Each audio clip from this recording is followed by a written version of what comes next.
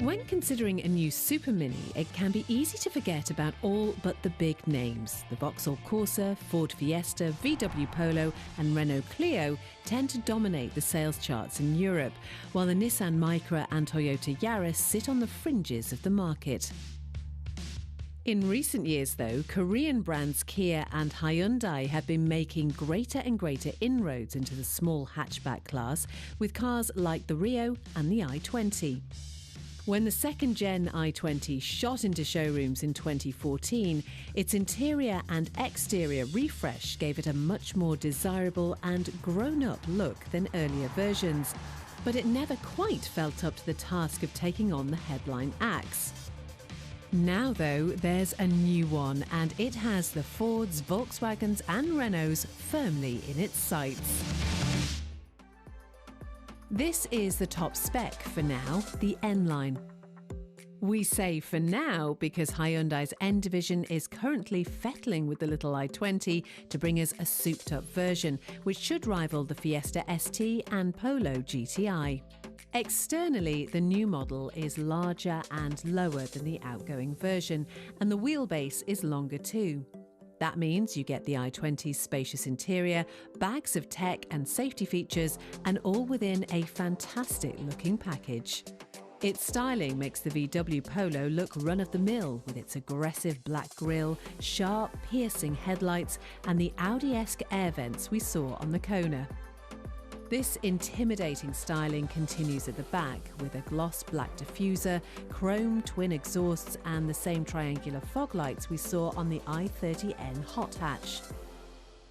And the improvements continue on the inside. There's now a pair of 10-inch digital screens, one behind the new steering wheel and the other above the centre console for infotainment. It's also got some of the best tech in the segment. Cruise control can be paired with the sat-nav to adjust to changing speed limits, as well as lane assist and anti-lock brakes. Under the bonnet, there's a range of petrol engines available, many of which are carried over from the old model. However, Hyundai has fitted a 48-volt mild hybrid system, which helps recover energy under braking and under acceleration.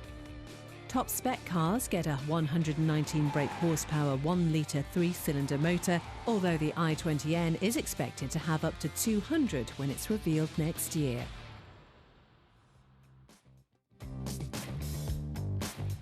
So how else does it compare with its headline rivals, the Ford Fiesta and VW Polo? Well, on a styling standpoint, we think the Hyundai comes out on top. While the Ford and the VW remain chic and inoffensive, the i20 really manages to stand out, particularly in sporty N-line trim. Inside too, the i20 is more spacious and has the same size boot as the VW and much bigger than the Fiesta. So what about under the bonnet? Well, like the Hyundai, the Ford is now available with a 48-volt mild hybrid system. The Fiesta's party piece, though, is no matter which powertrain or trim level you go for, it's a real hoot to drive. Real thought has gone into every detail, meaning you're guaranteed to finish a spirited drive with a smile on your face. The VW, meanwhile, feels every bit as solid and long-lasting as any other car in the brand's lineup.